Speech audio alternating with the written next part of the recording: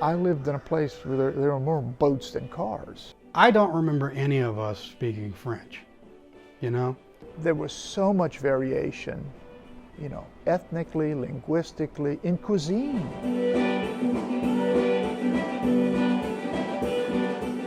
Yeah, it is quite distinct. I mean, even if you go right next door to Mississippi, you realize right off, this is a different place. It was very much a town of the wetlands, and that affected our lives. I mean, I was one of those kids that, you know, got out of school early in the spring because their dad needed them to help on the shrimp boat.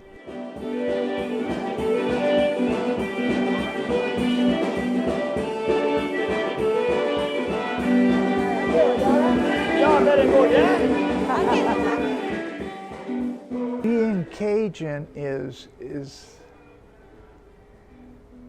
you know, it's just not that simple a thing. It seems to me that Cajun pride is stronger than ever, and yet there are fewer Cajuns than before who speak French, and even fewer Cajuns who are Roman Catholic. Cajun identity is just, it's not an identity for people of color. Some people of color today will say, oh, well, that's not true, and theoretically, they'll speak to theory, but in practice, you know, it's a white identity. What does it mean to be Cajun? The question could just as easily be, what does it mean to not be Cajun? Because when we talk about identities in South Louisiana, answers get caught up in centuries-old stories that overlap, stories that are often interpreted differently by different people. As the Historic New Orleans collection presents Cajun Document, Acadiana, 1973-1974, we take a look at the people of the 22 parish area known as Acadiana, or Cajun country.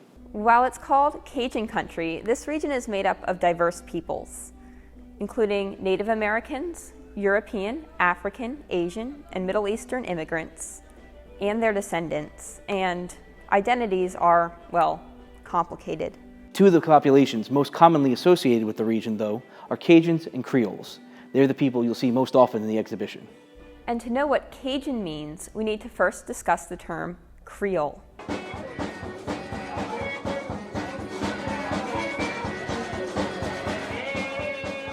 Well, this is where it gets kind of complicated and confusing, and I think anyone who says it's not confusing is being a little disingenuous, you know? So historically, Creole literally meant a Latin person native to Louisiana. So it can mean black, it can mean white, it can mean mixed race. Usually was an identity by people who spoke Romance languages and who were Roman Catholics, but who were born here. It's just because of their ability to trace themselves back to the Acadians, these people who went through the expulsion experience from Nova Scotia. They tend to view themselves as a distinct type of Creole. But the fact of the matter is a lot of Cajuns today don't think of themselves as Creole. People tend to say that Creole is complicated because it involves people of different racial identities who share a common identity, whereas Cajun is predominantly people who identify as white, and so it seems simple, but in fact, it's all part of the complex nature of identity evolution. As you can tell, the terms are very similar, and by definition, a Cajun is a Creole, but whether or not there are any real differences is subject to debate. So Cajun identity comes out of that. It's not a historical identity. Yes, it was used towards certain impoverished local Louisiana Creoles. It's one of the arguments used by some people who say, you know, Cajuns really shouldn't even call themselves Cajuns anymore. They should call themselves Creole. It was just sort of used as a slur, socioeconomic slur towards people who were working class and poor, but who didn't want to assimilate American culture and values. Because there's very little difference between the two cultures.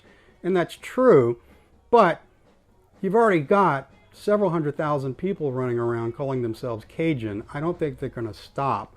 We will come back to that. But to understand why this debate even exists, we need to understand how these communities in South Louisiana came to be. Here's the backstory.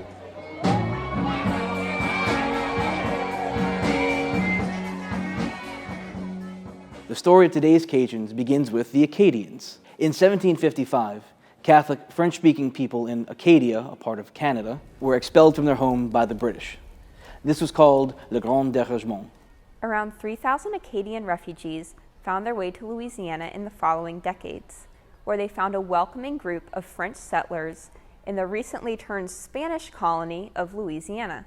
Right from the start, it was a very diverse community when the Acadians arrived, and they intermingled, mixed, and adopted local culture, including Creole identity, within the first 2 generations.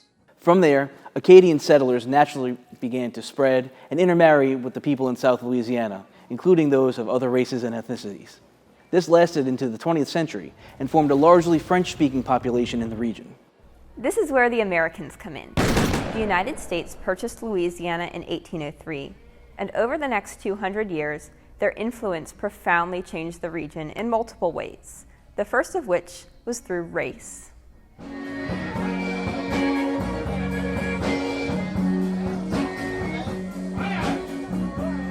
Under French and Spanish rule, Louisiana society was divided into 3 separate categories: white Europeans and their descendants, free people of African descent, enslaved Africans and their descendants. People from any of these groups, born in Louisiana, could have been and were considered Creole. American authorities, seeing only a distinction between black people and white people, quickly changed this dynamic. In New Orleans, the center of the domestic slave trade, American values and the English language caught on quicker than the rest of the state. That racial question did become central in Americans figuring out how they're going to deal with the locals, how we're going to identify who is who in this community where all these different people share the same identity. After the Civil War and in the aftermath of Reconstruction, American society grouped Creoles of African descent with freedmen, consolidating 2 distinct populations based on their skin color. In the 1920s, schooling became compulsory, and Jim Crow laws meant that strict black and white racial lines would come to define South Louisiana for generations. As Jim Crow divided school systems, the second change wrought by American authority rocked South Louisiana, and that was language.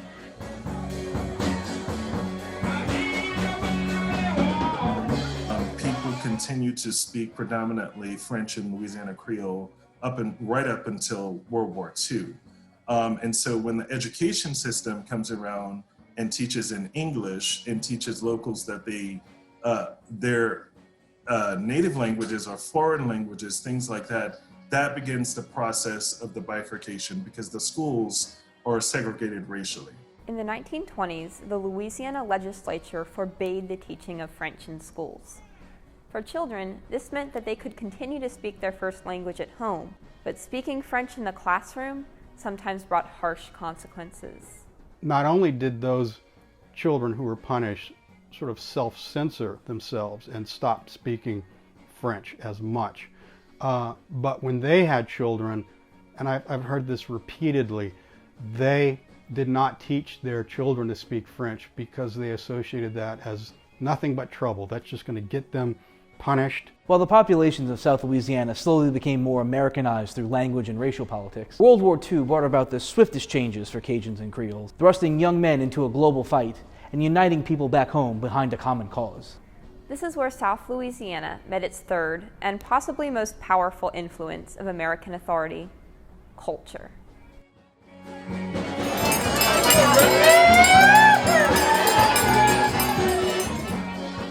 A lot of Cajuns came back from World War II changed, very proud to be American. Even if you were on the home front, if you were the loved one of someone serving overseas, you felt swept up in the wartime fervor. In the wake of World War II, South Louisianians were a population in flux. They had emerged from the war with a strong American identity, and in the years after, the population became swept up in the currents of everyday life in America. There was a meteor that flew over South Louisiana and crashed into Vermilion Bay, and a lot of people saw it light up the night sky as if it were day. And a number of people thought that was the Russians attacking South Louisiana. So that went to show that the anxieties that were enveloping the rest of the country we're also doing that here. So we were very much caught up in the mainstream of American history and culture. At this point, the people of South Louisiana began to realize the impact of American influences. And increasingly, groups saw their cultural traditions as special and worthy of celebration. And at the same time, all this is part of what's happening around the country, where ethnic groups, you know, the battle of assimilation had been won. And so now it was safe to raise your flag about your ethnic heritage without being seen as something anti-American and, you know, revolutionary, potentially subversive. This realization led to what scholars call the Cajun Revival.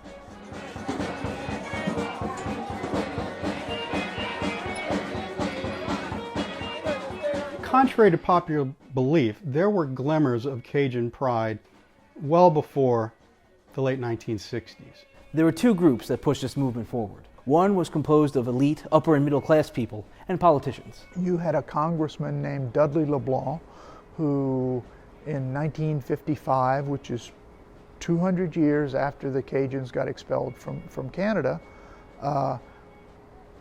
arranged a tour to go back to Canada by train. It turned into this, you know, balls and tuxedos and gowns and cigars. Actual Louisiana Acadian or Cajun culture was pushed aside in favor of this sort of pretend or idealized culture. Codeville was founded in 1968 by James de Mongeau.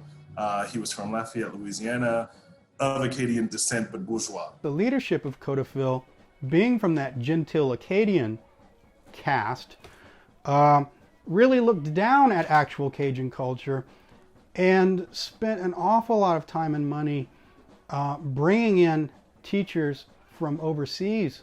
They didn't even use the word Cajun. They didn't like it. They thought it smacked of sort of working class ideals. So they tended to use the word Acadian. So if the people credited with starting the Cajun Revival didn't want to be called Cajun, who did? Another movement came from a grassroots group that included musicians. They embraced the term Cajun, and for the first time, the word took on pride. Was it 1964-65 that 2 or 3 Cajun musicians were invited to play at the Newport Folk Festival up north, and to their surprise, they were warmly embraced, to say the least. So they came home, especially Dewey Balfa, with a real pride that they had never felt before. They realized they had something of real value. And again, I don't think he tried to start a movement, but he did. He became a sort of unofficial spokesperson for Cajun French music and therefore Cajun French in general. Language was an important component in terms of memory in creating and sustaining this Cajun identity, but it was really sort of anchored in music and genealogy. The fact that they have genealogy from Nova Scotia and France. The upper class and the grassroots movement, at some point, they converged. And symbolically, when DiMaggio went to the first tribute for Cajun music, put on in large part by Dewey Balfa, and DiMaggio realized that he had been wrong about the value of that music that he associated with, you know, average, ordinary, working class Cajun. Just as American values defined the erosion of culture over time, they also helped to define its resurgence, and groups pushed for a return to language and cultural traditions that were disappearing, though divided across black and white racial lines.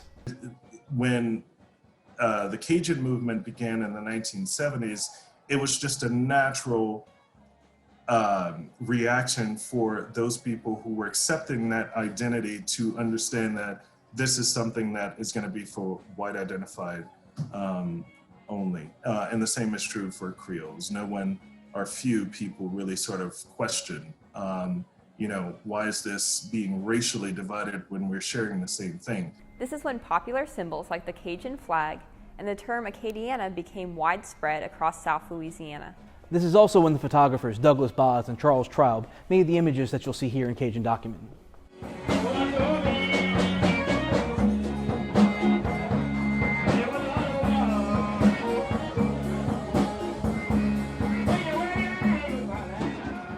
But as the term Cajun was being reappropriated, the dominant Creole identity that had existed for centuries began to erode, particularly among white people. Whether you called it Creole, whether you called it Cajun, varied from town to town, from family to family, from time period to time period. And Cajun identity began to leave Creoles of color out of the discussion.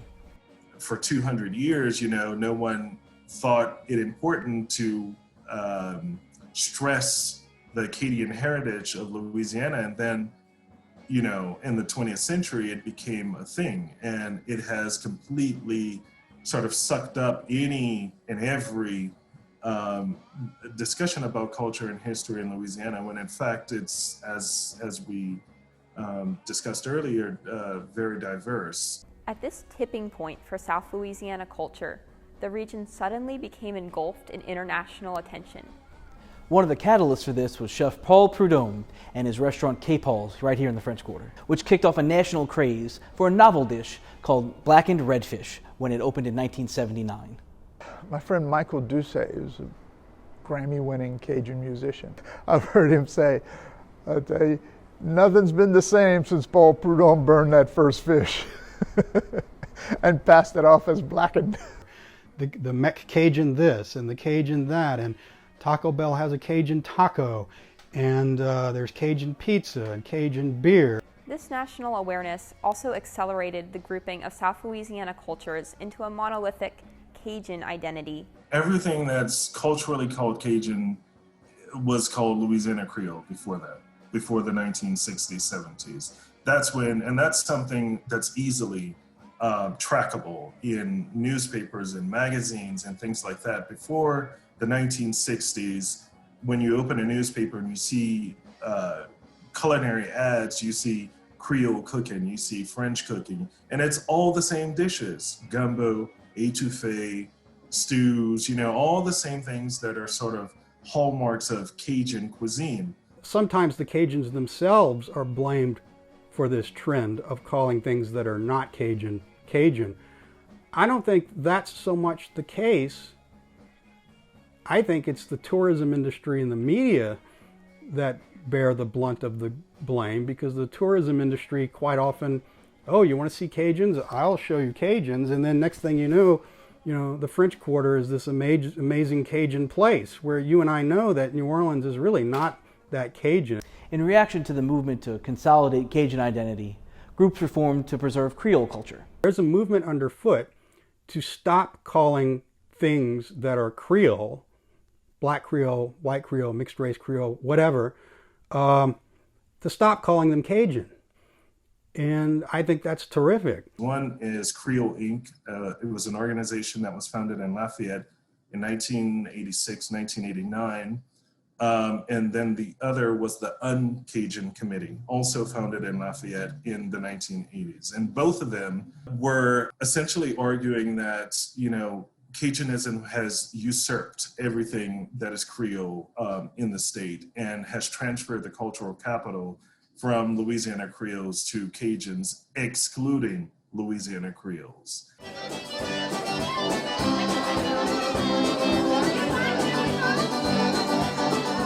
History is always messy. It's what we remember and what we choose to remember, and that's always going to be based on politics. And so history as we know it and memory are shifting based on prevailing politics of the day. Used to be people who were Cajun would deny it, and it became where people who weren't would say they were.